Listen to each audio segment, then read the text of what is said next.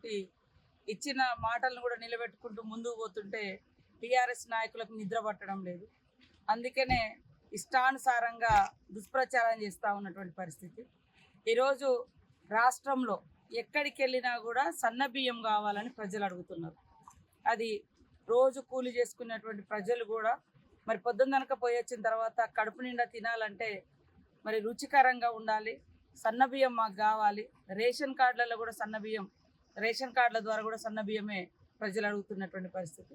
అదే కాకుండా గత ప్రభుత్వం టీఆర్ఎస్ ప్రభుత్వము మేము సన్న బియ్యం ఇస్తున్నామని చెప్పి దొడ్డు బియ్యాన్ని పాలిష్ చేసి హాస్టళ్లలో కానీ, ఆశ్రమ స్కూళ్ళలో కానీ, అంగన్వాడీ కేంద్రాలలో కానీ మధ్యాహ్నం భోజనంలో కూడా దొడ్డు బియ్యం ఇస్తే అది ఉడకక అనేక ఇబ్బందులు పడ్డటువంటి పరిస్థితి కూడా మనకు తెలుసు. వాటన్నింటిని దృష్టిలో పెట్టుకొని మేము ఇచ్చిన గ్యారంటీలో భాగము.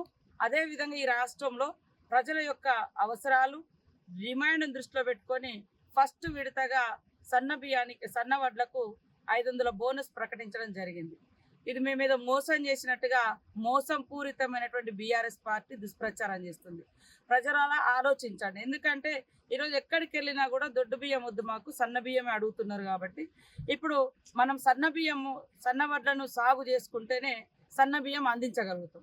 మరి సన్న బియ్యం పండించకుండా, సన్న వడ్లు పండించకుండా సన్న బియ్యం రావాలంటే ఎట్లా అవుతుంది? కాబట్టి రైతులను ప్రోత్సహించడం కోసం మొదటి విడతగా 500 రూపాయల బోనస్ సన్న వడ్లకు ఇవ్వడం జరుగుతుంది. మిగతాది కూడా తదనంతరం తప్పకుండా మేము ఇచ్చినటువంటి మాటలు ఏవైతున్నాయో ఒక్కొక్కటి నిలబెట్టుకుంటాం.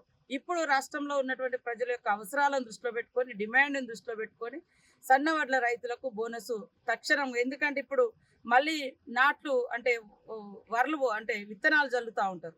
ఈ సీజన్ అయిపోయిన తర్వాత మళ్ళీ మనం పంటలు వచ్చిన టైంకు ప్రజలకు సన్న బియ్యం అందించాలంటే అందించలేని పరిస్థితి ఉంటుంది. కాబట్టి ముందే మరి ఉత్పత్తి కంటే ముందే ప్రజల యొక్క అవసరాలను దృష్టిలో పెట్టుకొని ఇవాళ ప్రకటించడం జరిగింది. బీఆర్ఎస్ నాయకులకు మేము ఒకటే చెప్తున్నాం, మీరు గతంలో మరి 500 బోనస్ సన్న వడ్లకు ఇస్తామని చెప్పి 2020లో మరి ఎగ్గొట్టినటువంటి చరిత్ర మీది.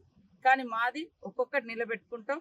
అదేవిధంగా గతంలో మీరు చూస్తే వడ్ల కల్లాల కాడ తడిసి మరి రైతులు ఆ ధాన్యం అమ్ముకోలేక కింటాల మీద 10 కిలోలు 12 కిలోలు తరుగు పేరుతోటి, తేమ పేరుతో తీసేస్తుంటే అదేవిధంగా తడిసిన ధాన్యం అమ్ముకోలేని దుస్థితిలో రైతులు కల్లాల కాడ కుప్పల మీద గుండెలు పగిలి చనిపోయినటువంటి చరిత్ర మీది, మాది కాదు. మేము ఈరోజు వర్షం పడుతుంటే కూడా ఎక్కడికక్కడ మరి అధికారులనేసి, స్పెషల్ అధికారులనేసి ఆ పరిస్థితులన్నీ కూడా సమీక్షించుకుంటూ ధాన్యం కొనుగోలు చేస్తున్నటువంటి ప్రభుత్వం రేవంత్ రెడ్డి ప్రభుత్వం, కాంగ్రెస్ ప్రభుత్వం.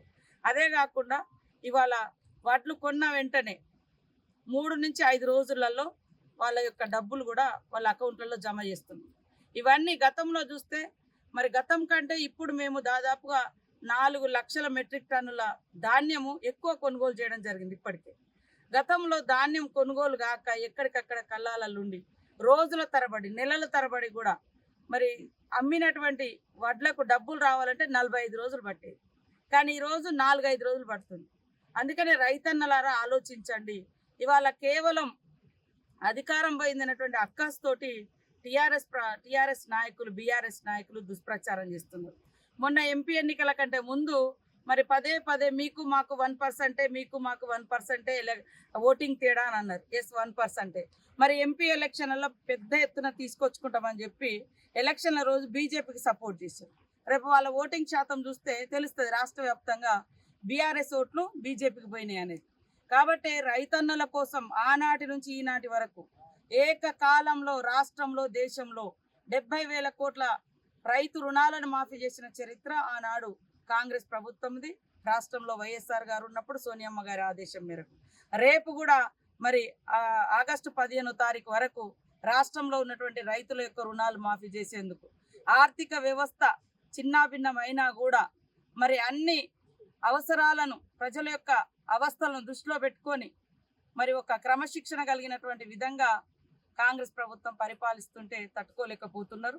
అనేక రకాల దుష్ప్రచారాలు చేస్తున్నారు. వాస్తవాలను వాస్తవంగా మాట్లాడితే బాగుంటుంది, కానీ దుష్ప్రచారం చేసి రాజకీయ ప్రయోజనాలు పొందుదామంటే అది ఎవరు కూడా హర్షించరు. అందుకనే రాష్ట్ర ప్రజలారా, రాష్ట్ర రైతన్నలారా ఆలోచించండి. డిసెంబర్ నుంచి జనవరిలో కూడా కొన్నప్పుడు ఒక్క తరుగు లేకుండా రైతులకు మరి ధాన్యాన్ని కొనుగోలు చేసి సకాలంలో అకౌంట్లలో డబ్బులు వేయించింది. ఇప్పుడు కూడా తడిసిన ధాన్యాన్ని కూడా ఎక్కడికక్కడ కొనుగోలు చేస్తూ ఉన్నాం. టీఆర్ఎస్ నాయకులు ఎట్లా అంటే వర్షం పడుతుంటే వెంటనే అక్కడ పోయి కొనండి అనే పద్ధతిలో మరి మాట్లాడుతున్నారు. వాస్తవానికి వర్షం పడ్డా తడిసినా కొనే బాధ్యత మాది అని మేము చెప్పినాం. కానీ మీరు కనీసం ఎప్పుడన్నా ఆ మాటని ఇచ్చిరా? ఈరోజు మాట ఇచ్చిన ప్రకారం కొనుగోలు జరుగుతున్నాయి. కాబట్టి ఇలాంటి దుష్ప్రచారాలు మానుకోవాలని కోరుతా ఉన్నాం. ఇవాళ 500 బోనస్ సన్నవడ్ల రైతులకు ఇవ్వడం మూలంగా రాష్ట్రంలో సన్నవడ్ల ఉత్పత్తి పెరిగి ప్రతి ఇంట్లలో పేదవాళ్ళు కానీ, అదేవిధంగా అంగన్వాడీ సెంటర్స్లో కానీ, హాస్టల్లో కానీ, మధ్యాహ్న భోజనం కానీ, రేషన్ కార్డుల ద్వారా కానీ అందరికీ సన్న బియ్యం అందించడం కోసం ప్రప్రథమంగా ఈ బోనస్ను సన్నవడ్లు పండించినటువంటి వాళ్లకు మరి ఒక ప్రోత్సాహకంగా ఉండాలని, వాళ్ళు యొక్క కష్టానికి తగిన ఫలితం కూడా ఉండాలని మేము ఇచ్చిన గ్యారంటీలలో కూడా ఇది కూడా ఒక భాగం. కాబట్టి అవన్నీ దృష్టిలో పెట్టుకొని ప్రజల డిమాండ్ను, ప్రజల అవసరాలను దృష్టిలో పెట్టుకొని చేయడం జరుగుతుంది. కాబట్టి రైతన్నలు ఖచ్చితంగా ఆలోచిస్తారని మేము ఆశిస్తూ ఉన్నాము. దీని మీద జరుగుతున్నటువంటి దుష్ప్రచారం కూడా ఎవరు నమ్మద్దు. తప్పకుండా ప్రతి గింజ మేము కొంటాం. అదేవిధంగా సకాలంలో మీ డబ్బులు మీ అకౌంట్లోకి వస్తాయని తెలియజేస్తాము. అసలైన తొలి వెలుగు. ఫాలో వాట్సాప్ @తొలి వెలుగు అఫీషియల్.